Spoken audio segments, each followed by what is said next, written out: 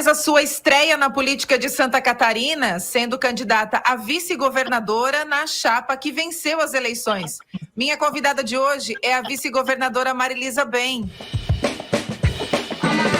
Seja bem-vinda, governadora. Tudo bem? Tudo bem. Bom dia, Marga. Bom dia, é um prazer falar com a senhora, viu? Finalmente a gente conseguiu essa agenda. É difícil, né? Nós estamos na grande, um ano de governo sem parar de trabalhar. Verdade.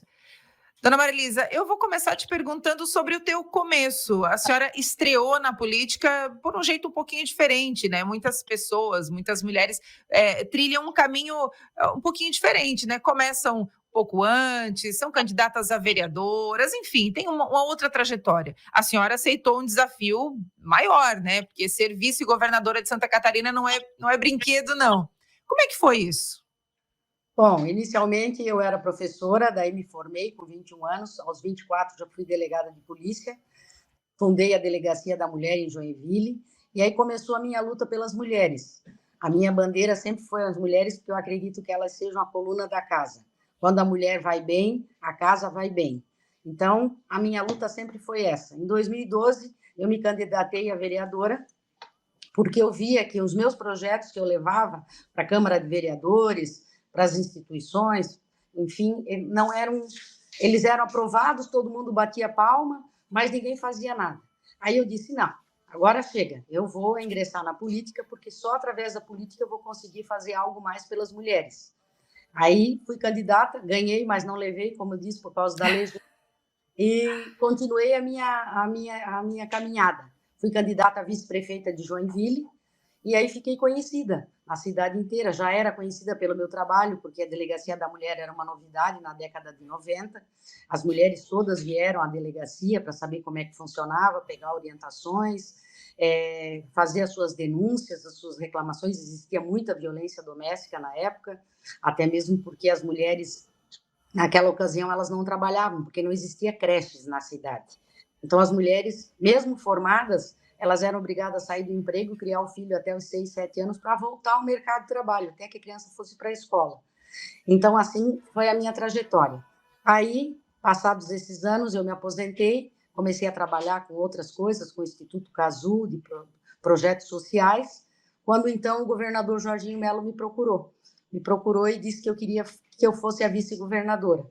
E vocês já se conheciam? Vocês eram amigos? Não, nós não nos conhecíamos. Eu só conhecia ele por causa do Pronamp, que ele fez, o Pronamp Nacional. E aí eu tinha um grupo de mulheres, eu fundei, na época que eu fui candidata a vice-prefeita, eu fundei um grupo de mulheres. Hoje nós somos em 330 mulheres. Um grupo de WhatsApp, de mulher para mulher, uma ajudando a outra. Todo dia pode colocar 2 prints dos seus negócios. É como se fosse uma vitrine virtual. E aí ali a gente vende uma para outra, a gente dá prioridade para as que estão no grupo.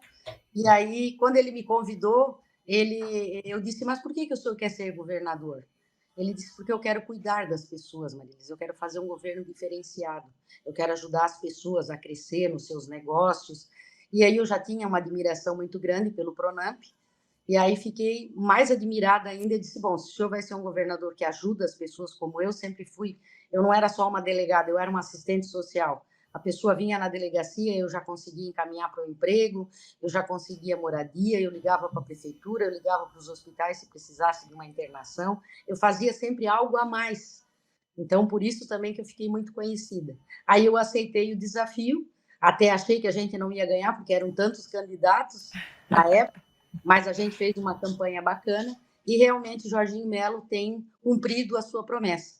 Nossa prioridade de governo, quando começou o governo, 1º de janeiro do ano passado, a gente elencou a saúde, tratar das pessoas, não fazer inaugurações de hospitais vazios que não funcionam para nada. Nossa prioridade foi as pessoas. Já operamos mais de 220 mil pessoas, tinha 145 mil cirurgias represadas, e hoje, graças a Deus, nós conseguimos limpar as filas, e agora, então, nós vamos começar a melhorar os hospitais, porque temos que fazer de cada vez, né? É verdade. Antes de a gente chegar na gestão propriamente dita, né, e da sua contribuição para a gestão de Santa Catarina, eu quero saber um pouquinho mais sobre essa delegacia que a senhora fundou lá em Joinville, que era uma delegacia da mulher, e eu quero saber que realidade com relação às mulheres a senhora convivia lá na delegacia. Era muito triste. Nós ganhamos um depósito, transformamos em delegacia, era um prédio com telhado de zinco, muito simples, mas quando nós fizemos a inauguração, foi um derrame de gente procurando pela delegacia. As mulheres eram muito agredidas, mas elas tinham vergonha de ir numa delegacia comum e falar para um comissário, na época era comissário, para que elas estavam com problema familiar. Então, elas tinham vergonha, elas achavam que iam ser acusadas. Muitas vezes eles diziam que briga de marido e mulher, ninguém mete a colher, resolve sozinha.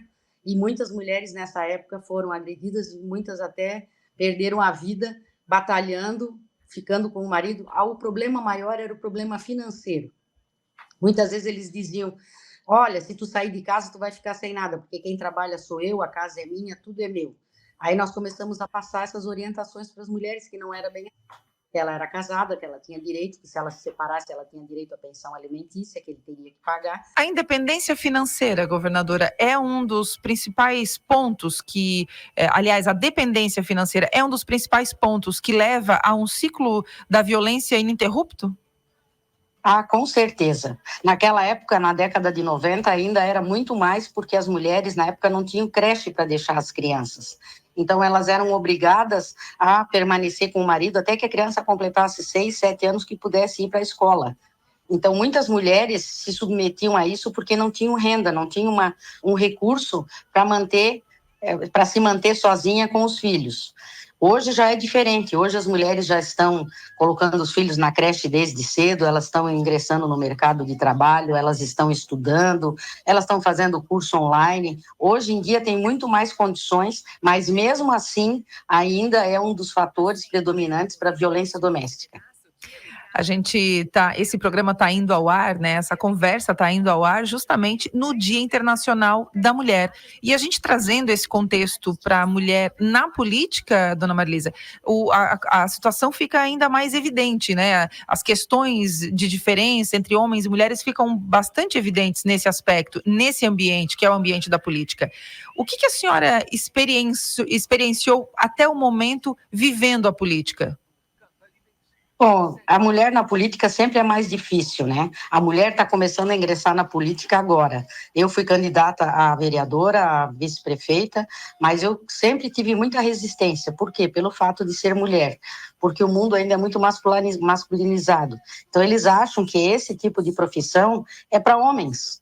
Então, nós temos que provar cada vez mais que somos melhores, que estamos querendo concorrer a uma eleição para participar, para ajudar o homem. Ninguém quer estar acima ou atrás, nós queremos estar ao lado dos homens para participar e para ajudar. E como eu fui delegada de polícia, eu já enfrentei todo esse cenário, porque a delegacia de polícia também é um órgão mais masculinizado. Então, eu já sabia que enfrentaria esses preconceitos, mas nem por isso me deixei abater. Sempre me envolvi, porque eu acho que através da política a gente consegue apresentar muitos projetos e fazer muita coisa pelo povo. O que a senhora tem mais carinho, tem mais orgulho de já ter podido fazer nessa gestão, durante a gestão, esse um ano e 3 meses de governo Jorginho Melo? Nós estamos trabalhando junto com as secretárias de nosso governo. Eu fiz uma reunião com elas, então nós temos aí a Secretaria de Assistência Social, Saúde, FAPESC, que apresentam cursos e projetos para as mulheres, habitação para a mulher.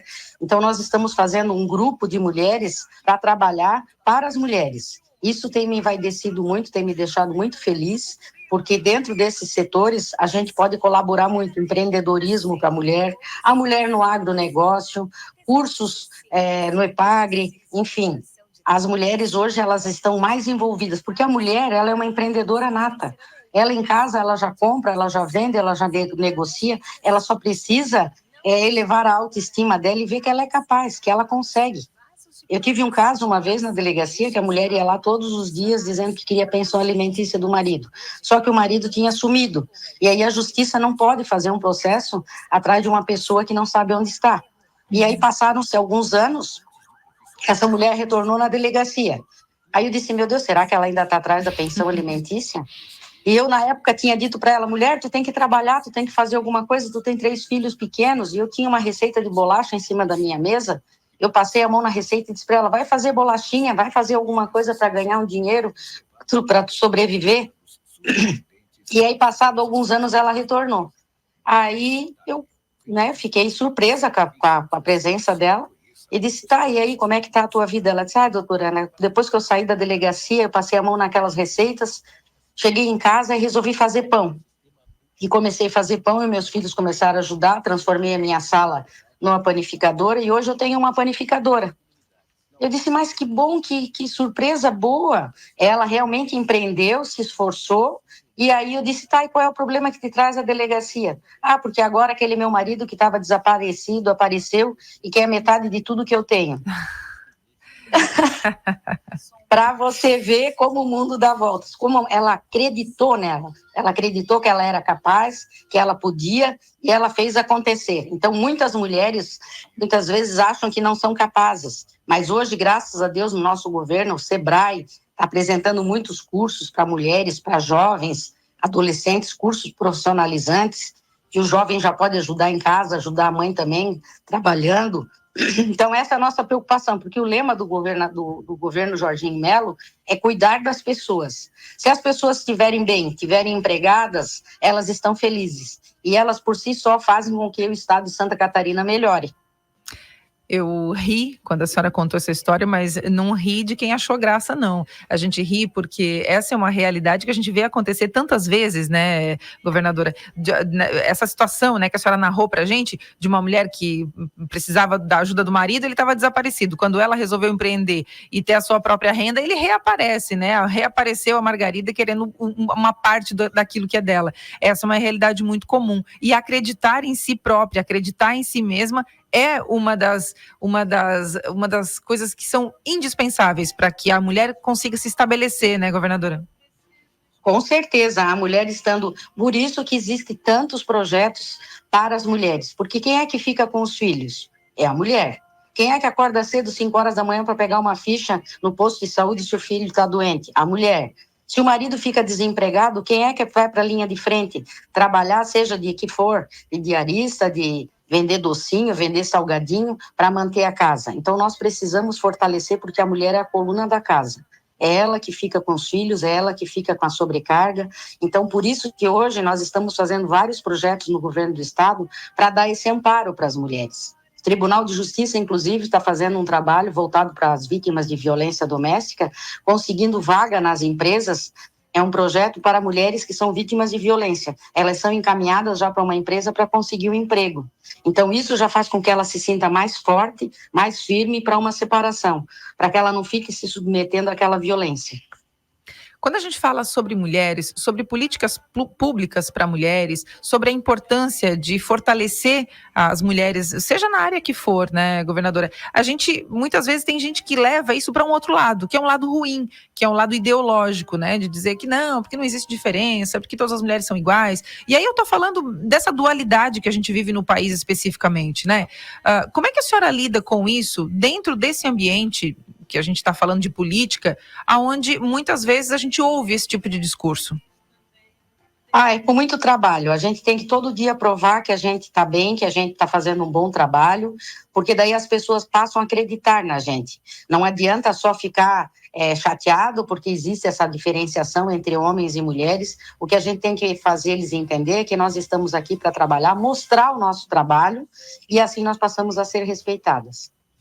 Governadora, o que a senhora planeja para a sua carreira política, porque agora a senhora está vice-governadora. A senhora gostou de ser, está gostando de ser vice-governadora? O que a senhora tem em mente para o futuro? Eu estou adorando. Eu e o Jorginho nos damos muito bem, a gente divide as agendas, quando ele não pode atender, agora quinta-feira vem uma embaixadora, ele não pode atender, eu vou atender a embaixadora, vou recebê-la, porque nós queremos fazer parceria com os outros governos de outros países, com Santa Catarina. Então, assim, nós temos muito trabalho pela frente, as promessas de campanha que a gente fez, nós estamos cumprindo, a faculdade gratuita, as cirurgias eletivas, os cursos profissionalizantes para jovens. o olhar voltado para as mulheres, os cursos. Então, isso tudo está me dando muita alegria, porque a gente está conseguindo cumprir as promessas de campanha. E futuramente a gente vai ver, né? Hoje eu quero ser vice-governadora e cumprir as promessas que eu fiz junto com o Jorginho Melo. A senhora está com saudade da delegacia, governadora? A delegacia foi uma parte da minha vida. Lá eu tenho uma família, como eu costumo dizer. Eu adorei ser delegada de polícia. Ainda trabalho muito em prol da segurança pública. Sempre que eu posso, eu estou buscando recursos para comprar viaturas, equipamentos, para modernizar a polícia, porque hoje nós temos uma polícia mais modernizada. Hoje nós trabalhamos com inteligência. Nós temos redes sociais, nós temos outros mecanismos para pegar o agressor. Então, eu estou sempre nessa luta à frente, mais cuidando desse lado das mulheres, mas também fazendo a minha parte como vice-governadora, ajudando o Jorginho em todos os nossos projetos.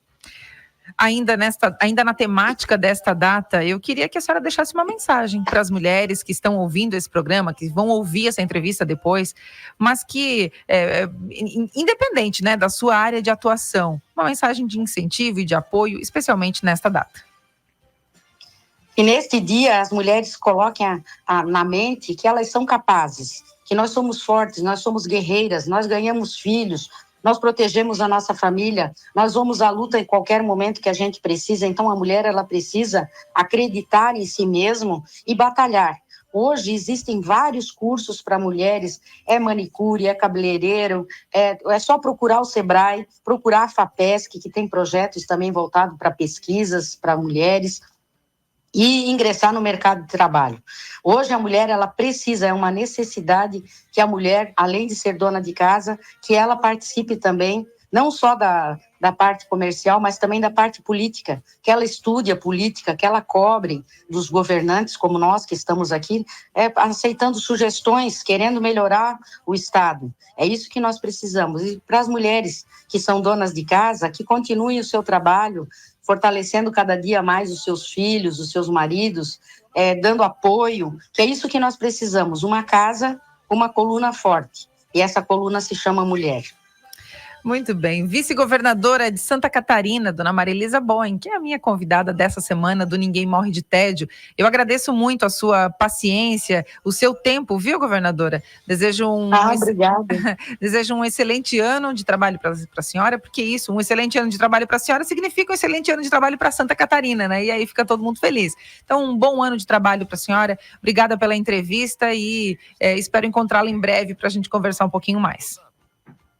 Eu que agradeço o convite e me coloco à disposição. Quando precisar, nós vamos conversar novamente. Um grande abraço. Essa foi a minha convidada dessa semana do Ninguém Morre de Tédio. Esse episódio que você está ouvindo agora aqui no rádio já está disponível também no Spotify. Na semana que vem a gente está de volta. Um beijo e até lá.